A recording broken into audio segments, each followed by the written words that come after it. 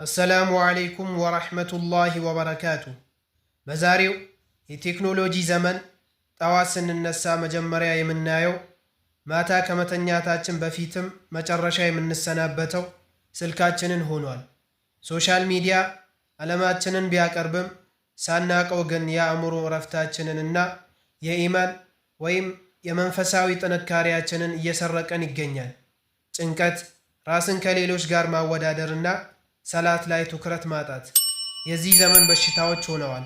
ዛሬ በዚህ ቪዲዮ በሶሻል ሚዲያ ማዕበል ውስጥ ሆነን አእምሯችንን እና ኢማናችንን እንዴት መጠበቅ እንደምንችል 7 ወሳኝ ተግባራዊ መፍትሄዎችን አብረን እናያለን። እስከ መጨረሻው አብራችሁን ቆዩ። መፍትሄ 1 ንያችንን ወይም ዓላማችንን ማስተካከል። የመጀመሪያው መፍትሄ ወደ ሶሻል ሚዲያ ከመግባታችን በፊት ለምንድን ነው የምጠቀመው ብለን ራሳችንን መጠየቅ ነው። ዓላማችን ዕውቀት ለመክሰም፣ መልካም ነገርን ለማሰራጨት ወይስ ዝም ብሎ ጊዜን ለመግደል ነው? ነቢዩ ሰለላሁ ዐለይሂ ወሰለም ሥራዎች ሁሉ በዓላማቸው ወይም በንያቸው ነው የሚመዘኑት ብለዋል። ሶሻል ሚዲያ ላይ የምናሳልፈውን ጊዜ ወደ መልካም ሥራ ወይም ዒባዳ ለመቀየር ንያችንን ማስተካከል አለብን። ጠቃሚ ነገር ብቻ ለመከታተልና ለመጋራት ቁርጠኛ እንሁን።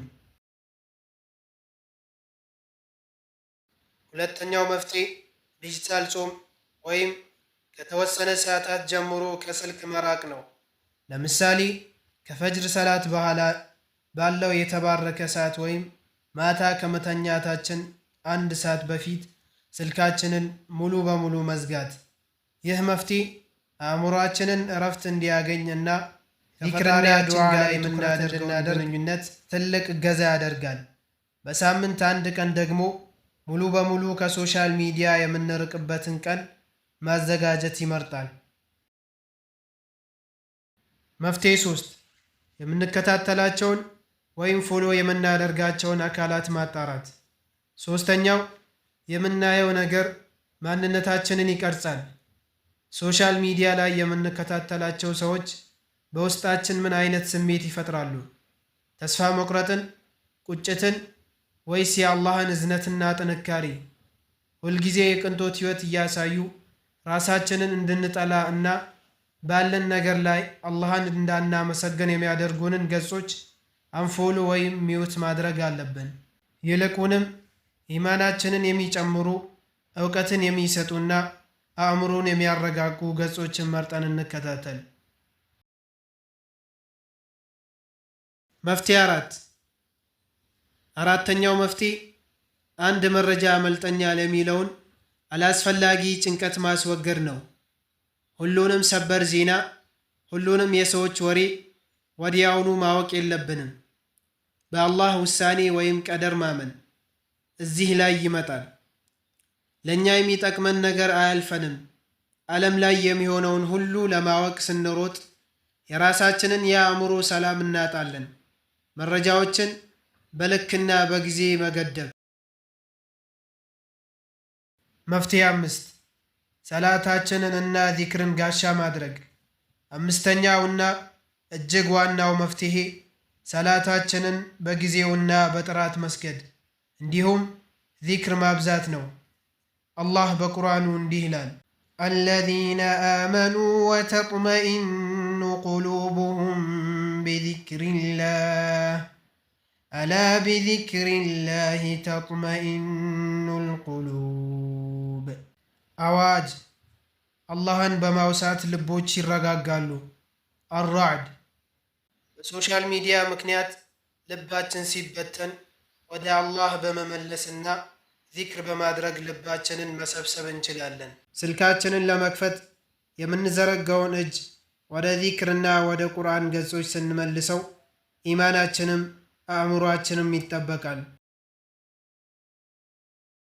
መፍትሄ 6 በምቀኝነትና ራስን በማወዳደር ወጥመድ ውስጥ አለመግባት። ስድስተኛው መፍትሄ ራስን ከሌሎች ጋር አለማወዳደር ነው።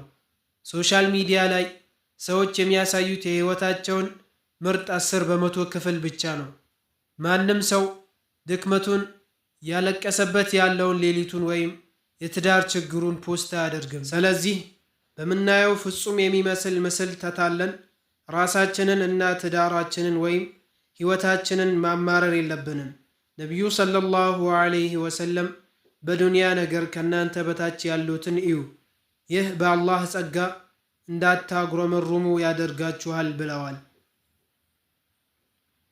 ሰባተኛው መፍትሄ የእውነተኛ ሕይወት ግንኙነቶችን ማጠናከር።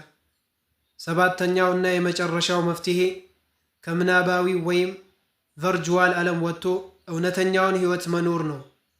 ከቤተሰብ ጋር ጥራት ያለውን ጊዜ ማሳለፍ፣ ዝምድናን መቀጠል፣ ጓደኞችን በአካል መጎብኘትና መስጂድ ውስጥ በጀማ መገኘት ለአእምሮ ጤናችን እጅግ አስፈላጊ ናቸው። የሶሻል ሚዲያ ላይክ እና ኮመንት እውነተኛውን የሰው ልጅ ፍቅርና ማህበራዊ ትስስርን ሊተኩ አይችሉም። ሶሻል ሚዲያ እንደ ቢላዋ ነው። በጥሩ ነገር ከተጠቀምንበት ይጠቅመናል፣ ካልሆነ ግን ይጎደናል።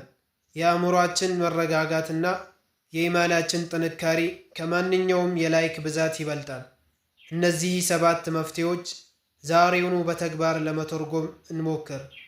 ቪዲዮ ከጠቀማችሁ ለሌሎችም አጋሩት። ቻናላችንን ሰብስክራይብ ማድረግ እንዳትረሱ። ወሰላሙ አለይኩም ወረሕመቱላሂ ወበረካቱሁ።